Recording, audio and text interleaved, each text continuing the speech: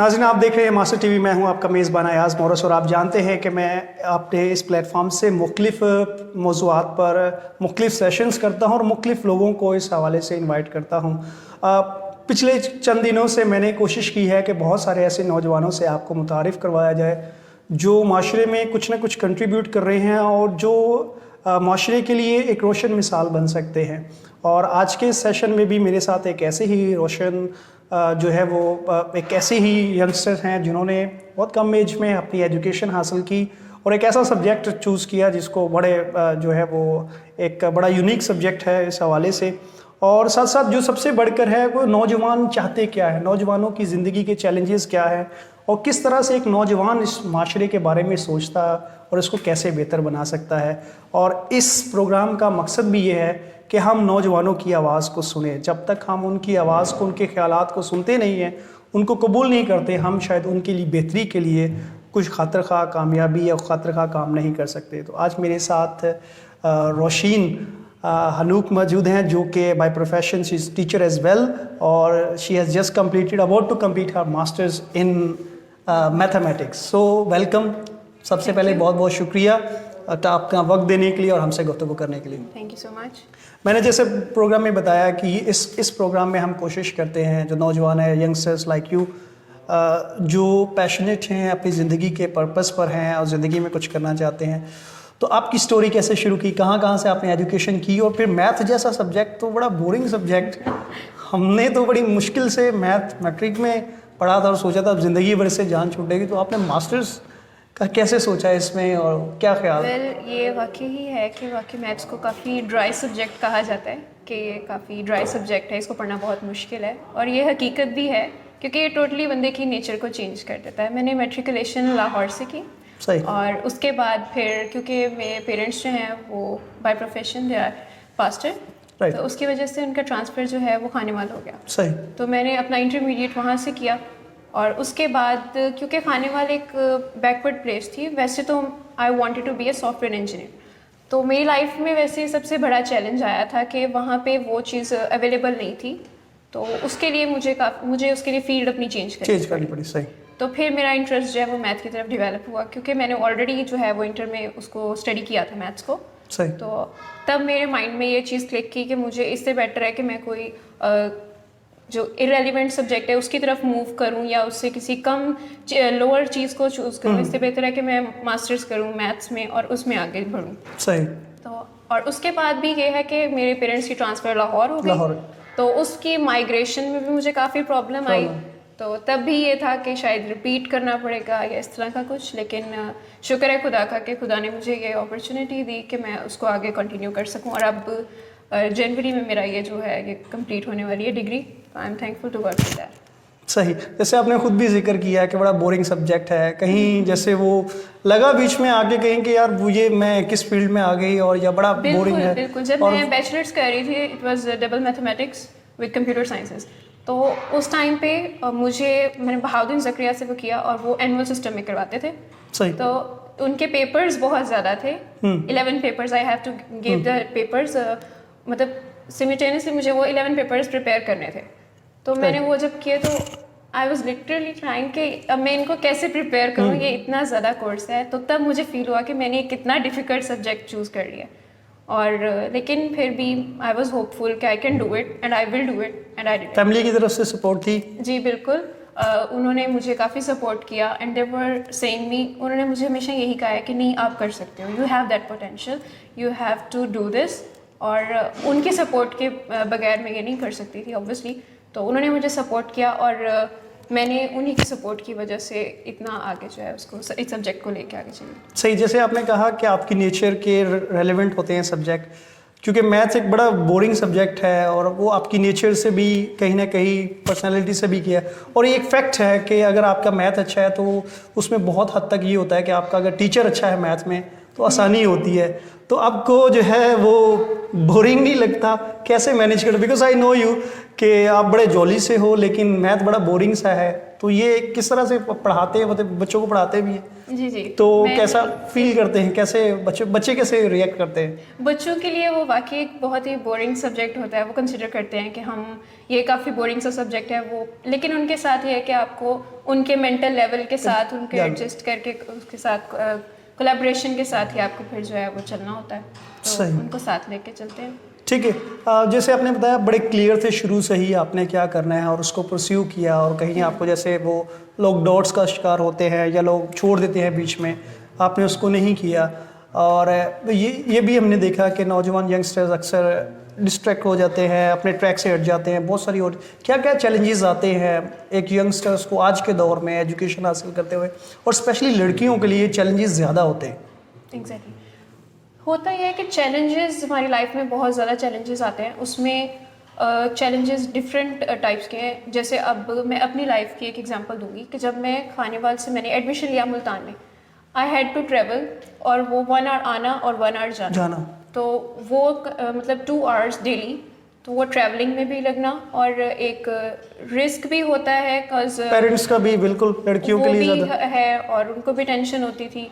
उसके अलावा भी एक ये भी फैक्टर आता है कि हम लोग के जो यंगस्टर्स हैं वो बहुत जल्दी होपलेस हो जाते हैं, होपलेस हो जाते हैं, पैशनेट होते भी हैं लेकिन अपने चैलेंजेस देख के उसको फेस करने के लिए बजाय वो होपलेस हो जाते हैं और अपनी एजुकेशन को उस तौर पर कंटिन्यू नहीं करते।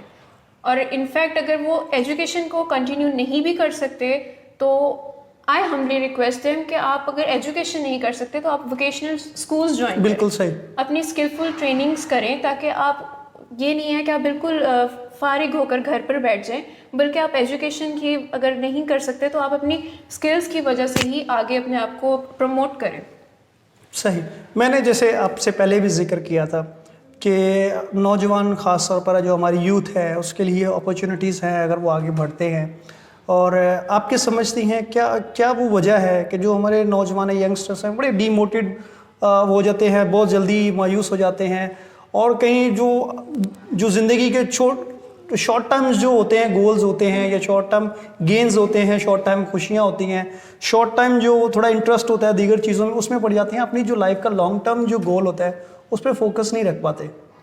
उसमें ये चीज़ भी कई दफ़ा होता है कि आपका फैमिली बैकग्राउंड क्या है, कई दफ़ा फैमिली की सपोर्ट नहीं मिलती इतनी ज़्यादा, और कई दफ़ा ये होता है कि वो प्रोफेशनल लाइफ में जा रहे हैं, किसी प्रैक्टिकल लाइफ में जाते हैं, तो सीनियर जूनियर का एक डिफरेंस आ जाता है। और एक ये चीज़ें भी होती हैं कि कुछ में मैच्योरिटी इतनी नहीं होती कि वो डिस्ट्रैक्ट हो जाते हैं, मतलब अपने गोल से हट जाते हैं, तो उसमें काफ़ी सारे फैक्टर्स आ जाते हैं इन सब चीज़ों को लेकर। सही। आप जानते हैं पाकिस्तान में यूथ की एक बहुत बड़ा नंबर है जिसको अगर हम कंबाइन करें तो दुनिया का एक बहुत बड़ा मुल्क होता है, लेकिन उसी तरफ हम दूसरी तरफ ये भी देखते हैं कि नौजवानों से हर कोई नाला है कि ये अपने पोटेंशियल को, अपने जो टैलेंट है उसको सही तौर पे यूटिलाइज़ नहीं कर सकते।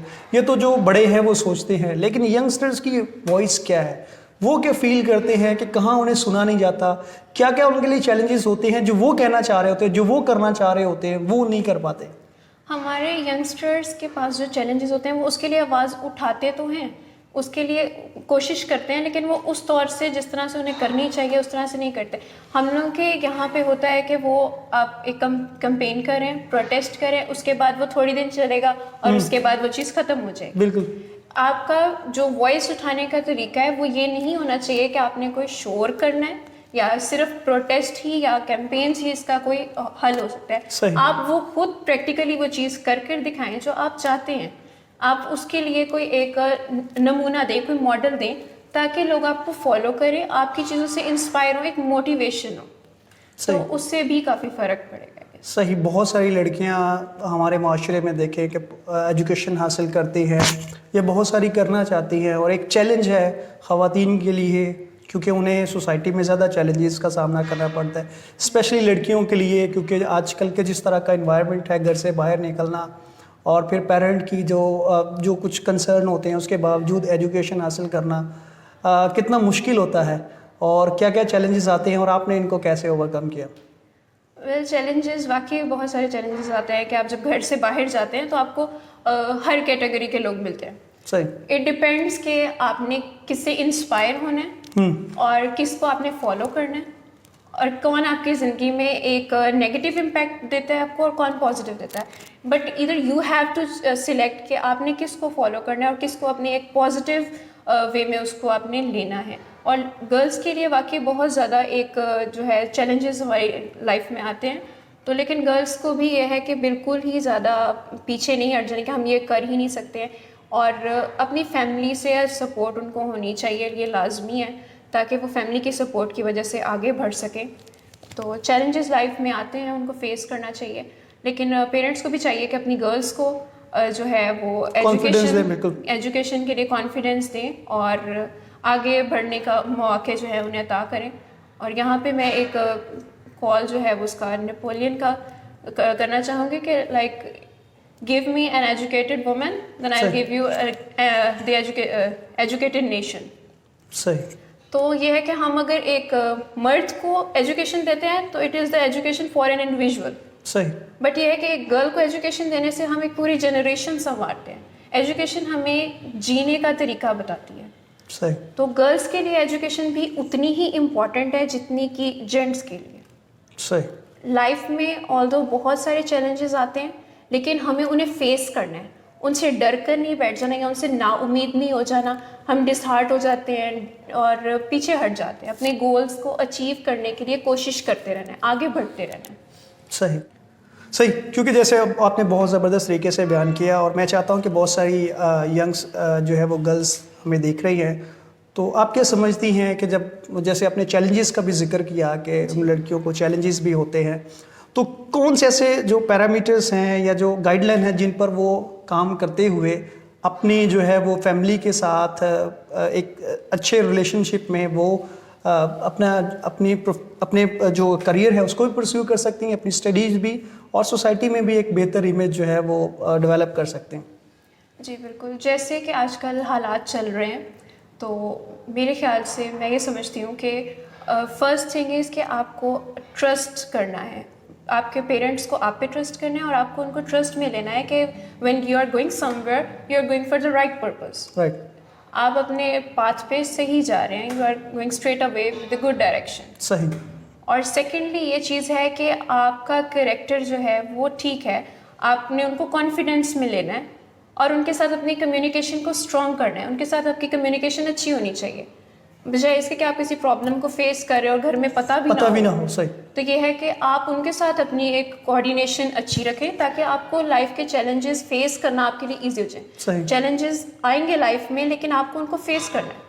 राइट। तो आप अपने पेरेंट्स के साथ भी अच्छे मतलब उनके साथ भी अपनी कम्युनिकेशन स्ट्रॉन्ग करें, उनके साथ अपने ट्रस्ट जो लेवल है उसको भी उनके साथ अच्छा मेंटेन रखें। तो I guess that we can cope with this situation. Thank you so much Roshin, आपका आपने वक्त दिया और आपने बहुत हद तक मैं समझता हूँ कि जो पॉइंट्स हम चाह रहे थे कि यंगस्टर्स के लिए, खास स्पेशली गर्ल्स के लिए, वो आज के इस प्रोग्राम से हासिल कर सकती हैं। नाज़रीन, हमारे मैंने जैसे शुरू में भी कहा था, इन प्रोग्रामों को ख़ास तौर पर ये जो यूथ सेगमेंट है इसको करने का मकसद नौजवानों की आवाज़ को सुनना है और वो क्या सोचते हैं, एक नई सोच, नई जिद्दत के साथ उसको समझना बहुत ज़रूरी है। और आज के इस प्रोग्राम में हम यकीनी तौर पर अपने इस मकसद को हासिल करने में किसी हद तक कामयाब हुए हैं और उम्मीद करते हैं कि इसी तरह के सेगमेंट आपके लिए और आपकी ज़िंदगी को एक मकसद देने के लिए हमारी तरफ से एक मुस्बत काविश होगी। अपना बहुत सारा ख्याल रखिएगा।